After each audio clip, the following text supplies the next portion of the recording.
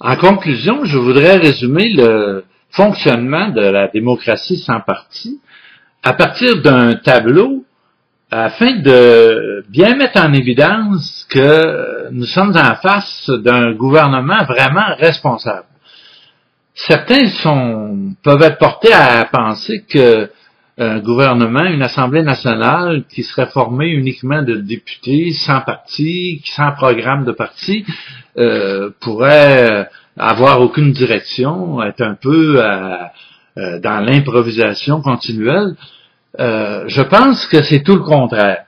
Le gouvernement, la forme de gouvernement qu'on a actuellement est essentiellement sous le contrôle de groupes d'intérêts, des intérêts de partis et des groupes de pression de toutes sortes qui ont plus d'argent ou plus de force pour se faire entendre. Et c'est le point de vue des citoyens, au contraire, qui est le plus souvent laissé pour compte. Alors, allons-y par le tableau. Les citoyens dans une démocratie sans parti sont vraiment le début et la fin de tout le processus démocratique. Ils sont au centre. La souveraineté, elle appartient aux citoyens. Et ils ont un lien, un contrôle direct sur le gouvernement.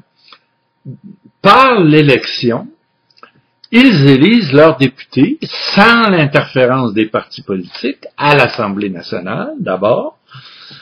Et une fois à l'Assemblée nationale, les députés forment un véritable gouvernement, un peu comme on en a aujourd'hui, avec un premier ministre, avec des ministres qui vont prendre en charge la direction de chacun des ministères, de chacun des grands services collectifs, proposer à l'Assemblée nationale des lois et des mesures pour améliorer les différents services. Donc, on a un gouvernement responsable, l'exécutif doit rendre des comptes à l'Assemblée nationale peut révoquer chacun des ministres si elle le désire. Donc, un contrôle encore beaucoup plus serré que aujourd'hui, où le parti au pouvoir a un peu carte blanche. La justice, qui est le troisième pouvoir, est aussi sous contrôle de l'Assemblée nationale, pas qu'elle n'a pas d'indépendance, au contraire, mais la justice applique les lois que l'Assemblée nationale vote, donc les lois civiles, les lois criminelles, et les dirigeants de l'Assemblée nationale ont aussi à assurer le fonctionnement de la justice, nomination des juges et ainsi de suite. Donc, les citoyens ont une ligne directe sur leur gouvernement par l'élection. Mais, en plus, ils ont des mécanismes d'intervention directe entre les élections, donc au jour le jour, par la possibilité de lever des initiatives populaires dans lesquelles ils peuvent proposer de nouvelles lois, proposer de révoquer certaines lois, proposer de révoquer certains élus. Ils ont aussi des mécanismes de consultation qui, avec les médias sociaux, peuvent être beaucoup plus rapides, beaucoup plus réguliers. Donc, une ligne de pouvoir direct avec l'Assemblée nationale et le gouvernement. Mais dans la démocratie qu'on propose, il y a en plus deux autres filières par lesquelles les citoyens peuvent intervenir sur la marche de leur gouvernement. À gauche, une filière que j'appelle territoriale, et à droite, une filière qu'on appelle citoyenne. La filière territoriale est très importante et elle est complètement absente dans nos structures actuelles. Car les citoyens ne sont pas seulement des individus, ils sont aussi membres d'une communauté locale, régionale, et il est important que ces communautés locales et régionales soient dotées de gouvernements élus qui ont des pouvoirs et des budgets suffisants pour réellement prendre les décisions qui concernent les communautés locales et régionales. Donc, rapprocher le pouvoir des citoyens au lieu que tout dépende des décisions de Québec.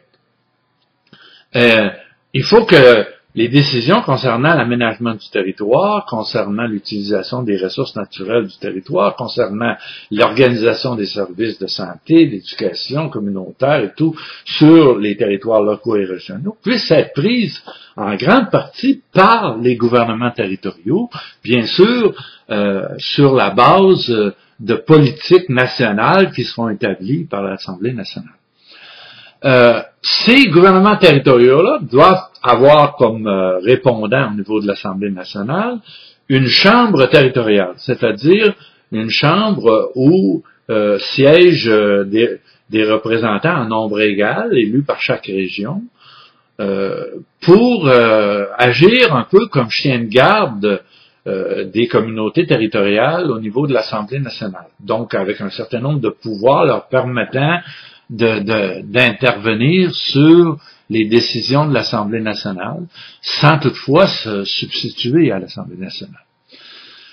Un autre filière qui vient encore augmenter la responsabilité et le pouvoir des citoyens, c'est la filière citoyenne à droite, qui, elle, est une filière qui doit assurer aux citoyens des moyens techniques et financiers et aussi la formation nécessaire pour qu'ils puissent intervenir et surveiller et alimenter les députés de l'Assemblée nationale.